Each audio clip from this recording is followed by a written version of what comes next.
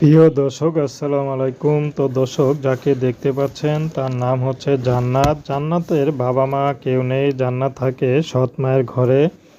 তো জান্নাত খুব কষ্টে থাকে সৎ মায়ের ঘরে। তো জান্নাত সবসময় এভাবে পর্দা করে, তালিমেও যায়, কিন্তু জান্নাতের মা তাকে একটি ঘরের যত কাজ আছে সব কাজ করায়। তো জান্নাতে খুব কষ্ট হয়, কিন্তু তার বলা শুধু দুবেলা দুমুঠো ভাত খাওয়ার জন্য সৎ মায়ের ঘরে পড়ে আছে, কারণ জান্নাতের কোথাও যাওয়ার জায়গা নেই। এদিক দিয়ে জান্নাতের বিয়েরও বয়স হয়েছে, কিন্তু অভাবে সংসার, কে তাকে বিয়ে করবে?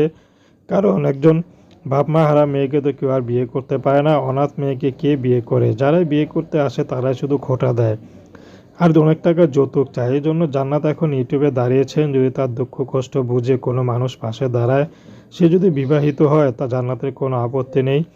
যদি কোনো বিবাহিত বয়স্ক পুরুষ, দাড়িওয়ালা পুরুষও যদি তাকে বিয়ে করতে আগ্রহ হয়, যদি তার মনটা ভালো হয়, জান্নাত বিয়ে শাদী করতে রাজি আছে। তো দর্শক, প্রেম ভালোবাসা বিয়ে শাদী করা একান্ত আপনাদের ব্যক্তিগত ব্যাপার। আসসালামু আলাইকুম।